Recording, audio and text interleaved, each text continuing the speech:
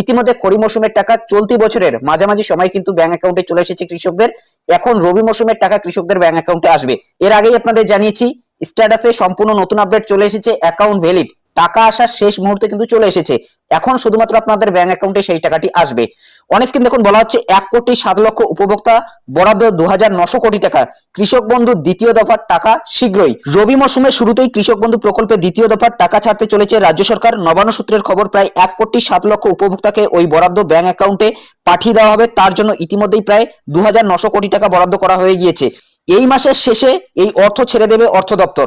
মূলত বুঝতেই পারছেন এই নভেম্বর মাসের শেষ সপ্তাহে কিন্তু এই টাকা আপনারা পেতে চলেছেন। উপনির্বাচনের কারণে 23শে নভেম্বর পর্যন্ত নির্বাচন আচরণ বিধি লাগু করা হয়েছে এবং 23শে নভেম্বর পর্যন্ত কোনো প্রকল্পের টাকা সরকার ছাড়তে পারবে না। দেখুন এখানে কিন্তু স্পষ্ট বলা হয়েছে এই মাসের শেষে এই অর্থ ছেড়ে দেবে অর্থ দপ্তর, অর্থাৎ 23শে নভেম্বরের পর থেকে, অর্থাৎ 23 তারিখ থেকে